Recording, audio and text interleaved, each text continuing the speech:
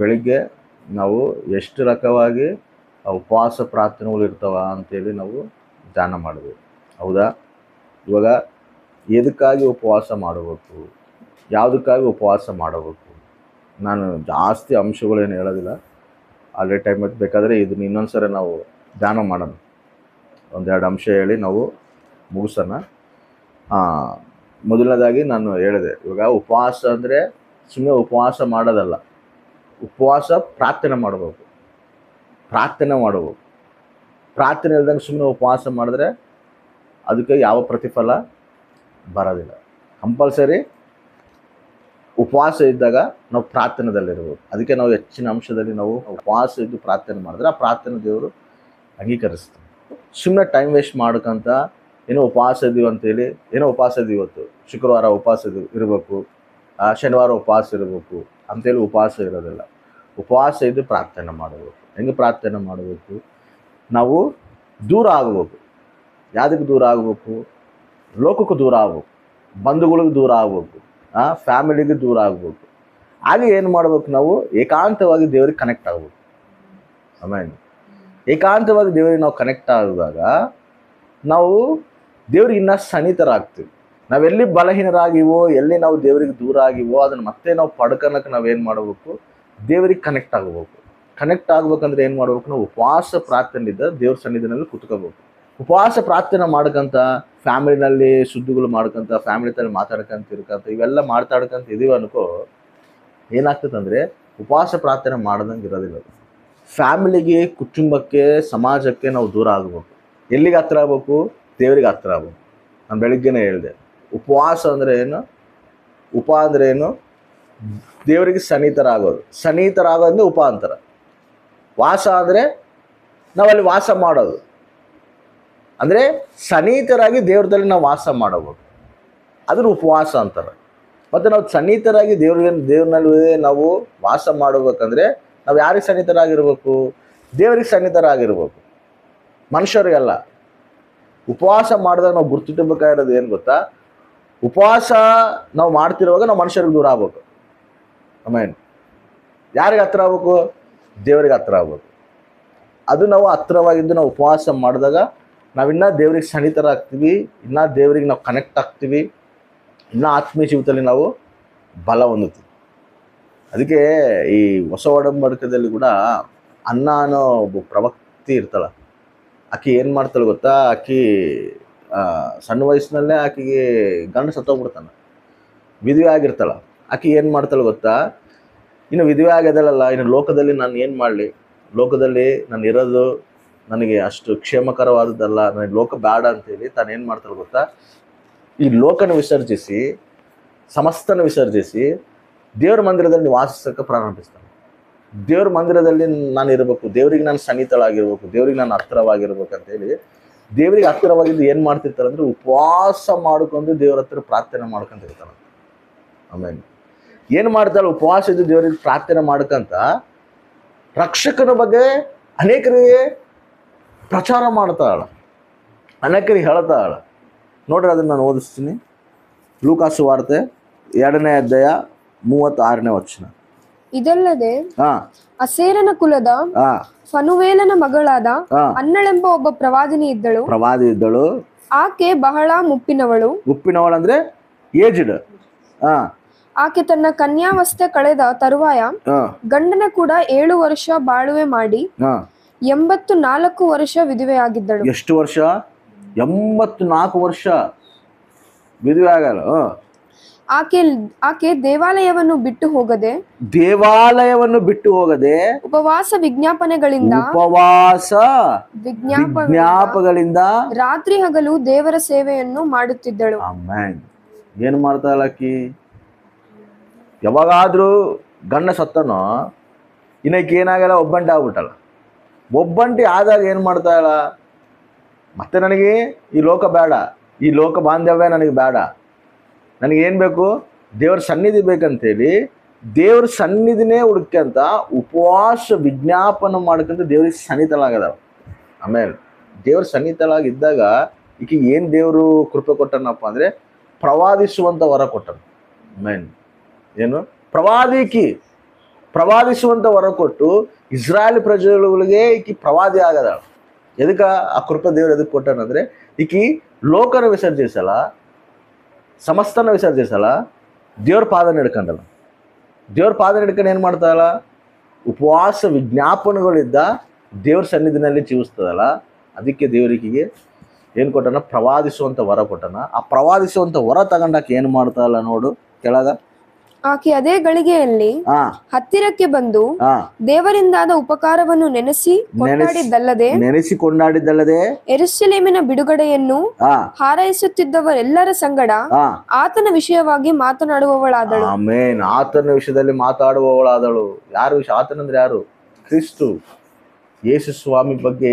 ರಕ್ಷಕನು ಬರ್ತಾನ, ರಕ್ಷಕನ ಸಲುವಾಗಿ ನಾವು ಕಾಯ್ತಿದೀವಿ, ಆ ರಕ್ಷಕನು ನಮ್ಮನ್ನು ವಿಮೋಚಿಸ್ತಾನ ಅಂತೇಳಿ ಆಕೆ ಏನ್ ಮಾಡ್ತಾಳಂತೆ, ಪ್ರವಾದಿಸ್ತಾಳ, ಎಲ್ಲರಿಗೂ ಹೇಳ್ತಾಳ, ಪ್ರವಾದನ ಮಾಡ್ತಾಳ. ಅಷ್ಟು ದೊಡ್ಡ ಉನ್ನತವಾದ ಕೃಪೆ ಆಕೆ ಕೊಟ್ಟನ. ಇದಕ್ಕಾಗಿ ಆ ಕೃಪೆ ಪಡ್ಕೊಂಡಲ್ಲಪ್ಪ ಅಂತ ಹೇಳಿದ್ರೆ ಆಕೆ ಏನು ವಿಸರ್ಜಿಸಲ್ಲ, ಲೋಕನ ವಿಸರ್ಜಿಸಲ್ಲ. ಏನನ್ನು ಕೋರ್ಕೊಂಡಲ್ಲ, ದೇವ್ರ ಸನ್ನಿಧಿನ ಕೋರ್ಕೊಂಡಲ್ಲ. ದೇವ್ರ ಸನ್ನಿಧಿನಾಗ ಏನು ಮಾಡ್ತಾಳ, ಉಪವಾಸ ವಿಜ್ಞಾಪಗಳಿದ್ದ ದೇವ್ರನ್ನ ಮಹಿಮೆ ಪಡಿಸ್ತಾಳ. ಅದಕ್ಕೆ ದೇವರು ಆಕೆಗೆ ಪ್ರವಾದಿಸುವಂಥ ವರ ಕೊಟ್ಟನ. ಆ ವರಲಿದ್ದ ಆಕೆ ಏನು ಮಾಡ್ತಾಳೆ ಹೇಳಿ, ಅನೇಕರಿಗೆ ಹೋಗಿ ಪ್ರವಾದಿಸ್ತಾಳೆ. ಆಮೇಲೆ ನಾವು ದೇವರಿಗೆ ಸನ್ನಿಹಿತರಾಗಿದ್ದು ಉಪವಾಸ ವಿಜ್ಞಾಪನೆಗಳಿದ್ದ ನಾವು ದೇವರಿಗೆ ಸನ್ನಿಹಿತರಾಗಿ ಬಂದರೆ ದೇವರು ಆ ಕೃಪಾ ವರಗಳು ನಮಗೆ ಕೊಡ್ತಾನೆ. ಆಮೇಲೆ ವರ ನಿಂತೋಗಿಲ್ಲ, ಕೃಪಾ ವರಗಳು ನಿಂತೋಗಿಲ್ಲ, ಆತ್ಮವರಗಳು ನಿಂತೋಗಿಲ್ಲ. ನಾವು ನಿಜವಾಗ್ಲೂ ದೇವ್ರಿಗೆ ಕನೆಕ್ಟ್ ಆಗಿ ಹೋದರೆ, ನಿಜವಾಗ್ಲೂ ದೇವ್ರಿಗೆ ನಾವು ಸನ್ನಿಹಿತರಾಗಿ ಹೋದರೆ ಆ ವರಗಳು ದೇವ್ರು ನಮಗೆ ಅನುಗ್ರಹಿಸ್ತಾನೆ. ಹೆಂಗೆ ನಾವು ದೇವ್ರಿಗೆ ಕನೆಕ್ಟ್ ಆಗಬೇಕು? ಆಕೆ ಹೆಂಗೆ ಕನೆಕ್ಟ್ ಆಗಲ್ಲ? ಉಪವಾಸ ವಿಜ್ಞಾಪಗಳಿಂದ ಕನೆಕ್ಟ್ ಆಗಲ್ಲ. ಉಪವಾಸ ಅನ್ನೋದು ಯಾವಾಗೋ ಒಂದ್ಸರಿ ಮಾಡೋದಲ್ಲ. ಇದು ಯಾವಾಗೋ ವರ್ಷಕ್ಕೊಂದ್ಸರಿ, 2 ವರ್ಷಕ್ಕೊಂದ್ಸರಿ ಮಾಡೋದಲ್ಲ. ಯಾವಾಗೋ ಗುಡ್ ಫ್ರೈಡಾಗ ಹಂಗೆ ಮಾಡೋದಲ್ಲ. ಇದು ನಾವು ಏನು ಮಾಡ್ಬೇಕಂದ್ರೆ, ಸಮಯ ನಮಗೆ ಸಿಕ್ಕಾಗೆಲ್ಲ ನಾವೇ ಆ ಸಮಯ ನಾವು ಏರ್ಪಾಟ್ ಮಾಡಿಕೊಂಡು, ನಾನು ದೇವ್ರಿಗೆ ಸನ್ನಿಹಿತಳಾಗಬೇಕು, ನಾನು ದೇವ್ರಿಗೆ ಹತ್ರ ಆಗ್ಬೇಕು, ನಾನು ಇನ್ನೂ ದೇವರಿಗೆ ಕನೆಕ್ಟ್ ಆಗಬೇಕು ಅಂತೇಳಿ ನಾವು ಏನು ಮಾಡ್ಬೇಕಂದ್ರೆ ಅವಾಗ ಉಪವಾಸಗಳು ವಿಜ್ಞಾಪಗಳಿದ್ದ ದೇವರಿಗೆ ನಾವು ಸನ್ನಿಹಿತರಾದಾಗ ದೇವ್ರ ಆತ್ಮವರ್ಷ ನಮ್ಮ ಮೇಲೆ ಕುಮ್ಮರಿಸ್ತಾರೆ. ದೇವರು ಆಮೇಲೆ ಅವಾಗ ಕೃಪಾವರಗಳಿಂದ ತುಂಬ್ತಾರೆ. ನಿನ್ನಲ್ಲಿ ಏನು ಆ ಒಂದು ಸಾಮರ್ಥ್ಯ ದೇವ್ರು ನಿನ್ನಲ್ಲಿ ಇಟ್ಟನೋ ಅದನ್ನು ಹೊರಗೆ ತಗೊಂಬರ್ತಾನೆ ದೇವ್ರು. ಅದಕ್ಕಿನ್ನ ಶಕ್ತಿನ ಕೊಡ್ತಾನೆ, ಅದಕ್ಕಿನ್ನ ಬಲ ಕೊಡ್ತಾನೆ.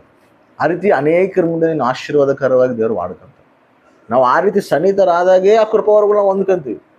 ಸನ್ನಿಹಿತರಾಗಿಲ್ದಂಗೆ ನಾವು ಕೇಳ್ತೀವಿ ಕೆಲವೊಂದು ಟೈಮ್ನಲ್ಲಿ, ದೇವ ಕೃಪಾವರಗಳಿಂದ ನಾನು ತುಂಬಿಸು, ಆತ್ಮ ಫಲಗಳಿಂದ ನಾನು ತುಂಬಿಸು ಅಂತ ನಾವು ಕೇಳ್ತೀವಿ. ಹೆಂಗ ನಾವು ಕನೆಕ್ಟ್ ಆದ್ರಲ್ಲ. ಇವಾಗ ದೇವ್ರೇನಂತೇಳ, ನಾನು ದ್ರಾಕ್ಷ ಬಲ್ಲೆ ಅಂದ, ನೀವೇನಂದ್ರೆ ಕೊಂಬುಗಳು ಅಂದ. ನಾವು ಕೊಂಬುಗಳು ಅದಕ್ಕೆ ಕನೆಕ್ಟ್ ಆದ್ರಲ್ಲ, ಅದ್ರಾಗಿದ್ದ ಸಾರಾಂಶ ನಮ್ಮಲ್ಲಿ ಬರೋದ. ಹೌದಾ ಇಲ್ಲ?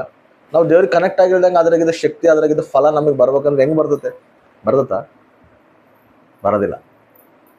ನಾವು ಅದಕ್ಕೆ ಕನೆಕ್ಟ್ ಆಗ್ಬೇಕು. ನಾವು ಅದಕ್ಕೆ ಕನೆಕ್ಟ್ ಆದಾಗ ಏನಾಗ್ತೈತೆ, ದೇವ್ರಿಗೆ ಕನೆಕ್ಟ್ ಆದಾಗ ಏನಾಗ್ತೈತೆ, ಕೃಪಾವರಗಳಿದ್ದ ದೇವ್ರು ನಮ್ಮನ್ನ ತುಂಬಿಸ್ತಾನೆ. ಈಕೆ ಅದೇ ಮಾಡಿರೋದು. ಈಕೆ ಏನು ಮಾಡಲ್ಲ ಗೊತ್ತಾ? ಲೋಕನ ವಿಸರ್ಜಿಸಲ್ಲ, ಲೋಕನ ಬ್ಯಾಡ ಅನ್ಕೊಂಡಲ್ಲ, ನನಗೆ ದೇವ್ರು ಬೇಕು ಅನ್ಕೊಂಡಲ್ಲ, ನನಗೆ ದೇವರೇ ನನಗೆ ಸರ್ವಸ್ವ ಅನ್ಕೊಂಡಲ್ಲ. ಎಷ್ಟು ವರ್ಷದಲ್ಲಿ ಆಕಿ? 84 ವರ್ಷ. ಸುಮ್ಮನೆ ಮಾತಾ ಇದು? ಆಮೇಲೆ ಸಮಸ್ತರ ಬಿಟ್ಟು ಕನ್ಯಕ ಇದ್ದಾಗಿನೇ ಆಕಿ 7 ವರ್ಷ ಗಂಡತಲ್ಲಿದ್ದು ದೂರ ಆಗ್ಬಿಟ್ಟಲ್ಲ, ಆ ಗಂಡ ಸತ್ತೋಗ್ಬಿಟ್ಟಲ್ಲ. ಆಕಿ ವಿಧಿವಾಗಿ ಏನು ಮಾಡ್ತಾಳೆ ಹೇಳು? ದೇವ್ರದಲ್ಲಿ 84 ವರ್ಷ ದೇವ್ರ ಸನ್ನಿಧಾನದಲ್ಲಿ ಏನು ಮಾಡ್ತಾಳಲ್ಲ? ಉಪವಾಸ ವಿಜ್ಞಾಪನೆಗಳಿದ್ದ ದೇವ್ರನ್ನ ಸ್ತುತಿಸ್ತದಲ್ಲ, ದೇವ್ರನ್ನ ಘನಪಡಿಸ್ತಲ್ಲ.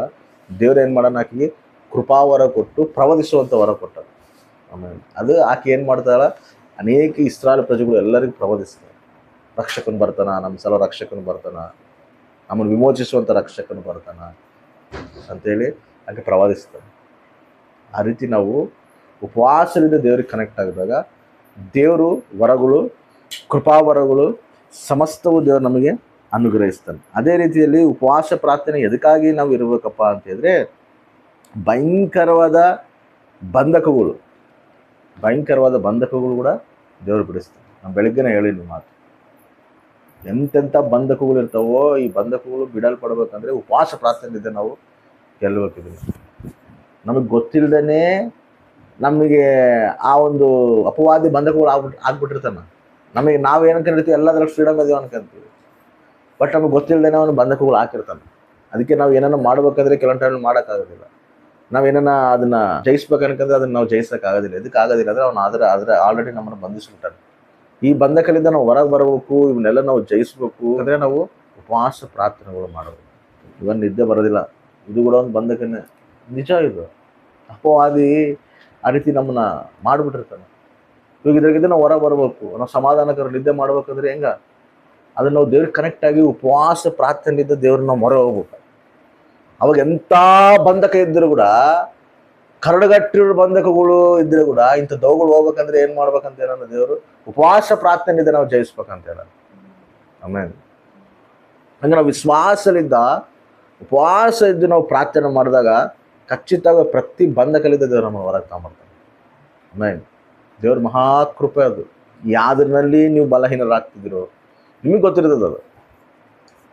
ಯಾವ್ದ್ರಲ್ಲಿ ನೀವು ಬಲಹೀನರಾಗ್ತಿರ್ತೀರೋ, ಎಲ್ಲಿ ದೇವ್ರಿಗೆ ಕನೆಕ್ಟ್ ಆಗುವಾಗ ದೇವ್ರಿಗೆ ಕನೆಕ್ಟ್ ಆಗಬೇಕು, ನಾನು ದೇವ್ರ ಚಿತ್ತ ನೆರವೇರಿಸ್ಬೇಕು, ಜಾಸ್ತಿ ಬೈಬಲ್ ದಾನ ಮಾಡಬೇಕು, ಜಾಸ್ತಿ ಪ್ರೇಯರ್ ಮಾಡಬೇಕು, ನಾನು ದೇವ್ರಿಗೆ ಸನ್ನಿಹಿತರ ಆಗ್ಬೇಕಂತೇಳಿ ನೀವು ಅನ್ಕಂತೀರಿ. ಯಾವಾಗ? ಪ್ರಾರ್ಥನೆ ಕುತ್ಕೊಂಡಾಗ, ವಾಕ್ಯ ಕೇಳುವಾಗ.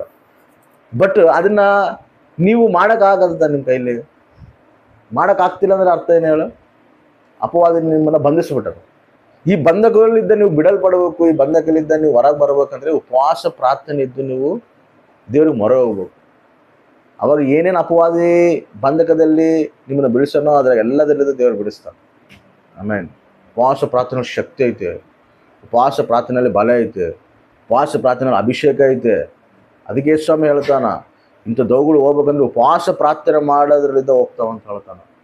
ಅದೇ ರೀತಿಯಲ್ಲಿ ಉಪವಾಸ ಪ್ರಾರ್ಥನೆ ಇನ್ನೊಂದು ಎದಕ್ಕೆ ಮಾಡ್ಬೇಕಪ್ಪ ಅಂತೇಳಿ, ದೇವರ ಚಿತ್ತವನ್ನು ನೆರವೇರ್ಸಕ್ಕೆ. ದೇವ್ರ ಚಿತ್ತವನ್ನು ನಮ್ಮ ಜೀವಿತದಲ್ಲಿ ನೆರವೇರ್ಬೇಕಾದ್ರೆ ಉಪವಾಸ ಪ್ರಾರ್ಥನೆ ಮಾಡಬೇಕು. ಈ ಯೇಸನ್ನ ಇವರೆಲ್ಲರೂ ಹೆಂಗೆ ದೇವ್ರ ಚಿತ್ತ ನೆರವೇರ್ಸಕ್ಕೆ ಆಗೈತೆ ಇಲ್ಲ ಅವರಿಗೆ? ಅಷ್ಟು ವಿಸ್ತಾರವಾದ ಸಮಸ್ತನ, ಅಷ್ಟು ಆತ್ಮಗಳ ಹೆಂಗೆ ಕಟ್ಟಾರ ಹೇಳೋರು, ಹೆಂಗೆ ನಡೆಸ್ಯಾರ ದೇವ್ರ ಸನ್ನಿಧಿಗೆ? ಉಪವಾಸ ಪ್ರಾರ್ಥನೆಗಳೆಲ್ಲ ಮಾಡೋರವರು, ಉಪವಾಸ ಪ್ರಾರ್ಥನೆಯಿಂದ ಅದನ್ನು ಸ್ವತಂತ್ರಿಸ್ಕೊಂಡರವರು. ತಂದೆ ಚಿತ್ತ ನೆರವೇರ್ಸಕ್ಕೆ ಆಗೈತೆ ಅವರಿಗೆ. ಉಪವಾಸ ಪ್ರಾರ್ಥನೆ ಇಲ್ಲಾಂದರೆ ಪರಿಚರ್ಯನ ದೇವ್ರ ಚಿತ್ತ ನೆರವೇರ್ಸಕ್ಕೆ ಆಗೋದಿಲ್ಲ ಅದು. ಎದಕ್ಕಂದರೆ ನಾವು ಹೋರಾಡ್ತಿರೋದು ಮನುಷ್ಯರ್ತಾಗಲ್ಲ. ಮನುಷ್ಯರ್ತಾಗ ಆಗಿದ್ರೆ ಹೌದಪ್ಪ ಅನ್ನಕ. ನಾವು ಅಂಧಕಾರ ದುರಾತ್ಮೂಲದಾಗ ಓಡಾಡ್ತಿದ್ವಿ. ಮತ್ತು ಅಂಧಕಾರ ದುರಾತ್ಮೂಲದಾಗ ನಾವು ಓಡಾಡ್ತಾ ಇದೀವಿ ಅಂದರೆ ಎಷ್ಟು ದುರಾತ್ಮಗಳು ಪರಿಚರ್ಯೆಗೆ ಡಿಸ್ಟರ್ಬ್ ಮಾಡ್ಬೇಕಂತೇಳಿ ಬಂದಿರ್ತಾವ. ಮತ್ತು ಅಂಥ ದೌಗಳು ಹೋಗ್ಬೇಕಂದ್ರೆ ದೇವ್ರೇನೋ ಏನು ಮಾಡಂತ ಹೇಳೋಣ? ಉಪವಾಸ ಪ್ರಾರ್ಥನೆ ಮಾಡೋದ್ರಲ್ಲಿದ್ದಾನೆ ಅಂಥವು ಬಿಡುಗಡೆ ಆಗ್ತವೆ ಅಂತ ಹೇಳೋಣಲ್ಲ. ಉಪವಾಸ ಪ್ರಾರ್ಥನೆ ಮಾಡಿಲ್ಲ ಅಂದರೆ ಸೇವೆಗೆ ನಾನಾ ರಕವಾದ ದುರಾತ್ಮಗಳು ಡಿಸ್ಟರ್ಬ್ ಮಾಡ್ಬೇಕಂತ ಹೇಳಿ ಕುಂತಿರ್ತಾವೆ. ನಮ್ಮ ಮೇಲೆ ದೇವ್ರ ಉದ್ದೇಶ ಏನೈತೆ, ನಮ್ಮ ಮೇಲೆ ದೇವ್ರ ಸಂಕಲ್ಪ ಏನೈತೆ ಅದನ್ನ ನೆರವೇರಿಸಬಾರ್ದು ಅಂತೇಳಿ ನಾನಾ ರಕವಾಗಿ ಅವು ಏನು ಮಾಡ್ತಾವೆ ಗೊತ್ತಾ? ಬಂದು ನಮ್ಮನ್ನು ತಡೆಗಡ್ತಿರ್ತಾವ. ನಾನಾರ ಒಬ್ಬೊಬ್ಬರದಲ್ಲಿ ಒಂದು 20-30 ದುರಾತ್ಮಗಳು ಇರ್ತಾವಂತ, ಇನ್ನೂ ಜಾಸ್ತಿನೇ ಇರ್ತಾವ. ಅವೇನು ಮಾಡ್ತಿರ್ತಾವೆ ಗೊತ್ತಾ? ನಾನಾ ರಕವಾಗಿ ನಮ್ಮನ್ನು ಬಲಹೀನಪಡಿಸಿರ್ತಾವೆ. ಎದಕ್ಕೆ ಹೇಳು? ದೇವ್ರ ಉದ್ದೇಶ ನಿನ್ನ ಜೀವಿತದಲ್ಲಿ ನೆರವೇರಬಾರ್ದು, ದೇವ್ರ ಸಂಕಲ್ಪವು ನಮ್ಮ ಜೀವಿತದಲ್ಲಿ ನೆರವೇರಬಾರ್ದು. ಅದು ಅವನ ಪ್ಲಾನ್. ಮತ್ತು ದೇವ್ರ ಸಂಕಲ್ಪವು, ದೇವ್ರ ಉದ್ದೇಶವು, ದೇವರ ಒಂದು ಪ್ರಣಾಳಿಕವು ಜಗತ್ತು ಉತ್ಪತ್ತಿಗೆ ಮುಂಚೆನೇ ನಾನು ನಿನ್ನ ಆರಿಸ್ಕೊಂಡಿನ ಅಂತ ಹೇಳೋಣ. ತಾಯಿ ಗರ್ಭದಲ್ಲಿಂತ ಮುಂಚೆನೇ ನಾನು ನಿನ್ನ ಆರಿಸ್ಕೊಂಡಿನ ಅಂತ ಹೇಳ್ತೇನೆ. ಮತ್ತು ಅಷ್ಟೆಲ್ಲ ದೇವ್ರು ನಮ್ಮನ್ನು ಆರಿಸ್ಕೊಂಡಾಗ ಅದು ನೆರವೇರಿಸ್ಬೇಕಂತೇಳಿ ದೇವ್ರು ಅನ್ಕೊಂಡಾಗ ಇವನು ಅಪವಾದ ಏನು ಮಾಡ್ತಾನಂದರೆ ಅದನ್ನು ನೆರವೇರಿಸಿದಾಗ ಬಲಹೀನಪಡಿಸ್ಬೇಕಂತೇಳಿ ಅವನು ನಾನಾ ರಕವಾಗಿ ದುರಾತ್ಮಗಳು ಬಿಟ್ಟು ನಮ್ಮನ್ನು ಬಲಹೀನಪಡಿಸೋಕೆ ಪ್ರಯತ್ನ ಪಡ್ತಿರ್ತಾನೆ. ಮತ್ತು ಅಂಥವನ್ನ ನಾವು ಜಯಿಸ್ಬೇಕಂದ್ರೆ ಉಪವಾಸ ಪ್ರಾರ್ಥನೆಯಿಂದ ನಾವು ಜಯಿಸ್ಬೇಕು. ಆಮೇಲೆ ದೇವಾ ನಿನ್ನ ಚಿತ್ತ ನನ್ನ ಜೀವಿತದಲ್ಲಿ ನೆರವೇರ್ಬೇಕಯ್ಯ, ನಿನ್ನ ಉದ್ದೇಶ ನನ್ನ ಜೀವಿತದಲ್ಲಿ ನೆರವೇರ್ಬೇಕಯ್ಯ. ಸರಿ, ನೀನು ಪ್ರಾರ್ಥನೆ ಮಾಡ್ತಿದ್ದಿ, ಬಟ್ ನಮಗೆ ಸುತ್ತಿರೋ ದುರಾತ್ಮಗಳು ಎಂಥವು ಅಂದರೆ ಮಾಮೂಲು ದುರಾತ್ಮಗಳಲ್ಲ. ಇವಾಗ ಮಾಮೂಲು ದುರಾತ್ಮಗಳಾದರೆ ನೀನು ಮಾಮೂಲಾಗಿ ಪ್ರಾರ್ಥನೆ ಮಾಡಿದ್ರೆ ಹೋಗ್ತಾವ. ಇಂಥ ದುರಾತ್ಮಗಳು ಹೋಗ್ಬೇಕಂದ್ರೆ, ಇಂಥ ದುರಾತ್ಮಗಳು ನಮ್ಮನ್ನ ಸುತ್ತಿದಾಗ, ಇಂಥ ದುರಾತ್ಮಗಳು ನಮ್ಮನ್ನು ಬಲಹೀನಪಡಿಸ್ತಿದಾಗ, ಇಂಥ ದುರಾತ್ಮಗಳು ನಮ್ಮ ಮೇಲೆ ಇರುವಂಥ ದೇವ್ರ ಚಿತ್ತ ನೆರವೇರಿಸಬಾರ್ದು ಅಂತೇಳಿ ಅವು ನಮ್ಮನ್ನು ಒತ್ತಿಡಿ ಮಾಡ್ತಿರುವಾಗ ಇಂಥವ್ರಿಂದ ನಾವು ಬಿಡುಗಡೆ ಆಗಬೇಕಂದ್ರೆ ಉಪವಾಸ ಪ್ರಾರ್ಥನೆಯಿಂದ ನಾವು ಇಂಥ ದುರಾತ್ಮಗಳನ್ನ ಓಡಿಸ್ಬೇಕು. ಆಮೇಲೆ ಅದಕ್ಕೆ ಶಿಷ್ಯರು ಅಂತಾರ, ಅಯ್ಯ ನಾವು ಪ್ರಾರ್ಥನೆ ಮಾಡಿದ್ರೆ ಎದಕ್ಕೆ ಈ ದೌಗಳು ಹೋಗಲು? ಇಂಥ ದೌಗಳು ಹೋಗ್ಬೇಕಂದ್ರೆ ನೀವು ಮಾಮೂಲಾಗಿ ಪ್ರಾರ್ಥನೆ ಮಾಡಿದ್ರೆ ಅಲ್ಲ, ಯಾವ ಉಪವಾಸ ಪ್ರಾರ್ಥನೆ ಮಾಡಬೇಕು. ಅವಾಗ ಇವು ಬಿಟ್ಟೋತಾವ. ಮತ್ತೆ ನಮ್ಮ ಜೀವನದಲ್ಲಿ ತಂದೆ ಚಿತ್ತ ನೆರವೇರಿಸ್ಬೇಕಂತ ನಾವು ಪ್ರಯಾಸ ಪಡ್ತಿರುವಾಗ ನಾವು ಸುಮ್ಮನೆ ನಾರ್ಮಲ್ ಆಗಿ ಪ್ರಾರ್ಥನೆ ಮಾಡಿದ್ರೆ ನಾವು ತಂದೆ ಚಿತ್ತ ನೆರವೇರ್ಸಕ್ಕಾಗೋದಿಲ್ಲ. ಉಪವಾಸ ಪ್ರಾರ್ಥನೆ ಮಾಡಬೇಕು. ಭಾರಿ ಮಂದಿ ಸೇವೆಗಳಾಗ್ಲಿ ಅವೆಲ್ಲ ತಂದೆ ಚಿತ್ತ ನೆರವೇರ್ಸಕ್ಕೆ ಅವರು ಉನ್ನತ ಸ್ಥಾನಕ್ಕೆ ಬಂದಿರೋದು ಅವ್ರಿಗೆ ಕಾರಣ ಏನು ಗೊತ್ತಾ? ಉಪವಾಸ ಪ್ರಾರ್ಥನೆ. ಯೇಸನ್ನ ಉಪವಾಸ ಪ್ರಾರ್ಥನೆಯಿಂದನೇ ಅಷ್ಟು ದೊಡ್ಡ ಪರಿಚಯ ಮಾಡಿರೋದು. ಶಾಲಮನಗಳು ಉಪವಾಸ ಪ್ರಾರ್ಥನೆಯಿಂದನೇ ಅಷ್ಟು ದೊಡ್ಡ ಪರಿಚಯ ಮಾಡಿರೋದು. ಭಕ್ತ ಸಿಂಗ್ ಉಪವಾಸ ಪ್ರಾರ್ಥನೆಯಿಂದನೇ, ಒಂಗೂರ್ರಿ ದೇವದಾಸ ಅವರು ಉಪವಾಸ ಪ್ರಾರ್ಥನೆಯಿಂದನೇ ಅಷ್ಟು ದೊಡ್ಡ ಸಂಸ್ಥೆನವ್ರು ಕಟ್ಟಿರೋದು, ದೇವ್ರ ಪರಿಚಯನ ಅವರು ಮಾಡಿರೋದು. ಅವ್ರನಲ್ಲಿ ತಂದೆ ಚಿತ್ತ ನೆರವೇರ ಕಾರಣ ಏನಂದ್ರೆ ಉಪವಾಸ ಪ್ರಾರ್ಥನೆಗಳು ಮಾಡೋರು.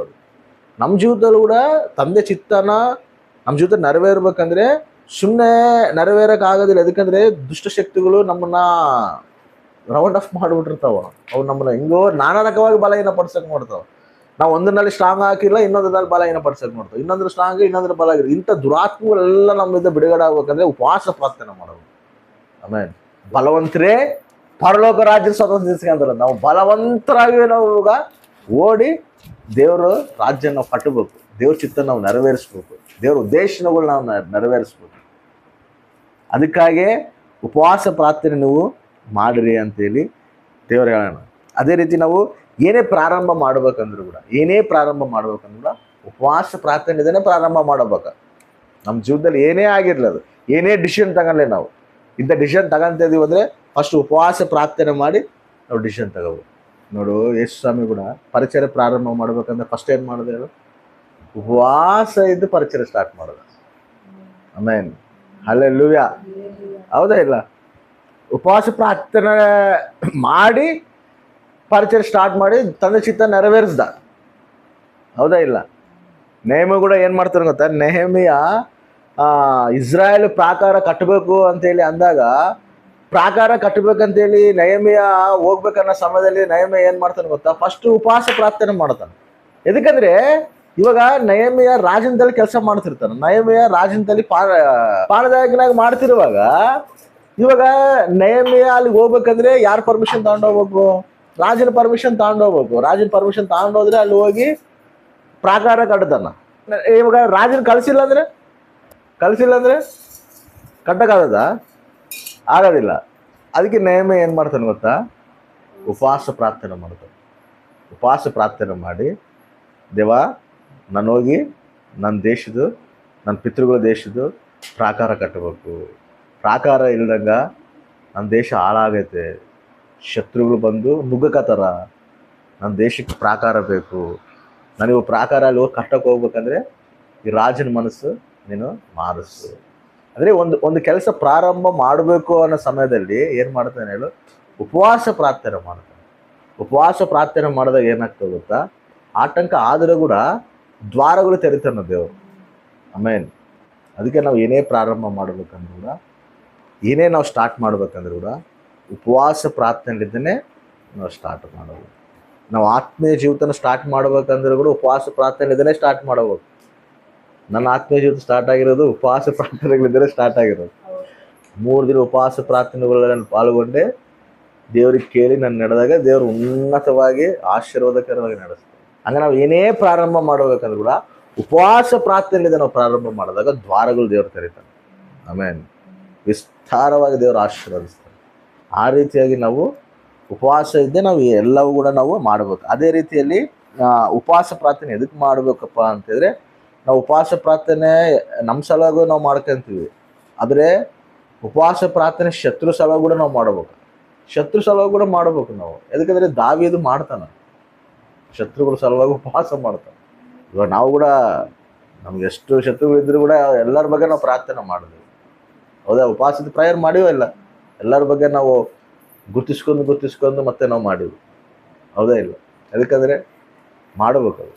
ಅದಕ್ಕೆ ದಾವೀದು ಒಂದು ಮಾತು ಹೇಳ್ತಾನೆ ನೋಡ್ರಿ, ನೀನು ಓದಿಸ್ತೀನಿ. ಕೀರ್ತನೆಗಳು 35ನೇ ಕೀರ್ತನೆ 11ನೇ ವಚನ.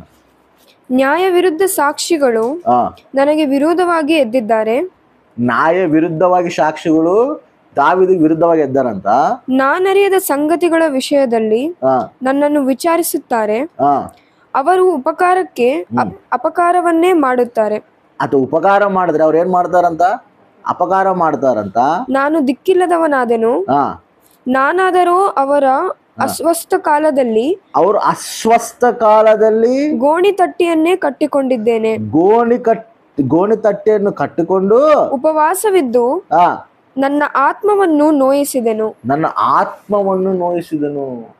ಅವರು ದಾವೀದು ಏನ್ ಮಾಡ್ತಿದ್ರು ಕೂಡ ಅದಕ್ಕೆ ವ್ಯತಿರೇಕ ಮಾಡ್ತಾರಂತ. ದಾವೀದು ಏನ್ ಮಾಡ್ತಿದ್ರು ಕೂಡ ಅದಕ್ಕೆ ಅಡ್ಡಿಪಡಿಸ್ತಾರಂತ. ಉಪಕಾರ ಮಾಡಿದ್ರೆ ಅವ್ರು ಅಪಕಾರ ಮಾಡ್ತಾರಂತ. ಅಂಥವ್ರು ಸ್ಥಿತಿ ಬೇಸಿಲ್ದಾಗ, ಅವ್ರ ಅನಾರೋಗ್ಯ ಸಮಸ್ಯೆದಲ್ಲಿದ್ದಾಗ, ಅವ್ರ ಅಸ್ವಸ್ಥದಲ್ಲಿದ್ದಾಗ ದಾವೀದು ಏನ್ ಮಾಡ್ತಾನಂತ, ಉಪವಾಸವಿದ್ದು ತನ್ನ ಆತ್ಮವನ್ನು ನೋಯಿಸ್ಕೊಂತದನ. ಉಪವಾಸ ಇದ್ದವ್ರ ಸಲ ಪ್ರಾರ್ಥನೆ ಮಾಡ್ತಾನಂತ. ಆಮೇನ್, ಹಲ್ಲೆಲೂಯಾ. ಶತ್ರುಗಳ ಸಲುವಾಗಿ, ತನ್ನ ಸಲುವಾಗಿ, ತನ್ನ ಕುಟುಂಬ ಸಲುವಾಗಿ, ಅದ್ರ ಸಲುವಾಗಲ್ಲ, ತನ್ನ ಸಲುವಾಗಿ, ತನ್ನ ಕುಟುಂಬ ಸಲುವಾಗಿ ಕೂಡ ಇದಾನ, ಶತ್ರು ಸಲುವಾಗಿ ಕೂಡ ನಾನು ಇದ್ದೀನಿ. ಉಪವಾಸ ಮಾಡಿದಾಗ ನನ್ನ ಆತ್ಮ ಇವಾಗ ಉಪವಾಸ ಮಾಡಿದಾಗ ನಾವು ಎಷ್ಟು ಬಲಹೀನರಾಗ್ತಿರ್ತೀವಿ, ಎಷ್ಟು ನಮ್ಮಲ್ಲಿ ಬಲಹೀನ ಆಗ್ತಿರ್ತದೆ. ನನ್ನ ಆತ್ಮನ ನಾನು ನೋವಿಸ್ಕೊಂಡು ನಾನು ಅವ್ರ ಸಲುವಾಗಿ ಉಪವಾಸ ಇದ್ದೀನಿ ನಾನು. ಆದರೂ ಕೂಡ ಅವ್ರು ನನಗೆ ಉಪಕಾರಕ್ಕೆ ಅಪಕಾರ ಮಾಡುವಂಥವ್ರು. ಅಲ್ಲಿ ಮುಂದೆ ಒಂದು ಮಾತು ಹೇಳ್ತಾರೆ ನೋಡು, ನನ್ನ ಪ್ರಾರ್ಥನೆಯು ನನ್ನ ಎದೆಗೆ ತಿರುಗಿತು, ಅಸ್ವಸ್ಥನಾದವನನ್ನು ಸ್ನೇಹಿತನು ಅಣ್ಣನು ಎಂದು ಭಾವಿಸಿ ನಡೆದುಕೊಂಡೆನು. ಏನಂತ ಭಾವಿಸ್ತಾನ ಅವ್ರನ್ನ? ನನ್ನ ಸ್ನೇಹಿತರು, ನನ್ನ ಅಣ್ಣರು ಅನ್ಕೊಂಡನ. ತಾಯಿ ಸತ್ತದ್ದಕ್ಕಾಗಿ ದುಃಖಿಸುವವನಂತೆ ನಾನು ತಲೆಬಾಗಿ ಅಳುತ್ತಿದ್ದೆನು. ಹೆಂಗ ಹೆಂಗ ಹೆಂಗ ಮಾಡ್ತಾನೆ ಹೇಳ? ಒಬ್ಬ ತಾಯಿ ಸತ್ತರೆ ಹೆಂಗ ಆಳ್ತಾನೋ, ಒಬ್ಬ ಅಣ್ಣನ ಇದಾದ್ರೆ ಹೆಂಗ ಆಳ್ತಾನ. ಶತ್ರುಗಳು ನೋಡಿ ಬಾಧೆ ಪಟ್ಟು ಅವ್ರ ಸಲ ಉಪವಾಸದ ಪ್ರಾರ್ಥನೆ ಮಾಡ್ತಾರೆ. ಉಪವಾಸ ಪ್ರಾರ್ಥನೆಯಲ್ಲಿ ಕೂಡ ನಾವು ಶತ್ರುನ ನಾವು ಗುರ್ತು ಮಾಡ್ಕೋಬೇಕು. ಶತ್ರು ಬಗ್ಗೆ ನಾವು ಪ್ರಾರ್ಥನೆ ಮಾಡಬೇಕು. ಶತ್ರು ಬಗ್ಗೆ ನಾವು ಮೊರೆ ಹೋಗಬೇಕು. ಉಪವಾಸ ಪ್ರಾರ್ಥನೆ ನಮ್ಮ ಸಲುವಾಗೇ ನಾವು ಮಾಡ್ಕೊಳೋದಿಲ್ಲ, ಶತ್ರು ಸಲುವಾಗಿ ಕೂಡ ನಾವು ಪ್ರಾರ್ಥನೆ ಮಾಡಬೇಕು. ಯಾಕಂದರೆ ಅಂಥವ್ರು ಕೂಡ ದೇವ್ರು ಮಾರಿಸ್ತಾನ, ಹೌದಾ ಇಲ್ಲ? ದೇವ್ರ ಚಿತ್ತವಿದ್ದರೆ ಮಾರ್ತಾರ. ನೀನು ಹೋಗಿ ಶುಭವಾಗಲಿ ಅಂತ ಹೇಳಿ ನೀನು ಹೇಳು, ಅವರಲ್ಲಿ ಯೋಗ್ಯರಿದ್ದರೆ ಶುಭ ಆಗ್ತಿಲ್ಲ ಅಂದರೆ ಆಶೀರ್ವಾದ ತಿರುಗಿ ಬರ್ತದೆ.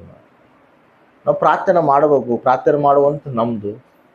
ಅವ್ರು ಅದಕ್ಕೆ ಯೋಗ್ಯರಾದರೆ, ಅದಕ್ಕೆ ಅವ್ರು ಲೋಬಟ್ರೆ ಅವ್ರು ಅದು ಅಕೃಪ ಹೊಂದ್ಕೊಂತಾರೆ. ಇಲ್ಲಾಂದರೆ ಆಶೀರ್ವಾದ ಮತ್ತು ತಿರುಗಿ ನಮಗೆ ಬರ್ತದೆ. ಬಟ್ ನಾವು ಉಪವಾಸ ಇದ್ದು ಪ್ರಾರ್ಥನೆ ಮಾಡುವಾಗ ಶತ್ರುಗಳ ಬಗ್ಗೆ ಕೂಡ ನಾವು ಪ್ರಾರ್ಥನೆ ಮಾಡಬೇಕು. ಅವ್ರ ಕ್ಷೇಮಕ್ಕಾಗಿ ಕೂಡ ನಾವು ಪ್ರಾರ್ಥನೆ ಮಾಡಬೇಕು. ಆಮೇನ್, ಹಲ್ಲೆಲೂಯಾ.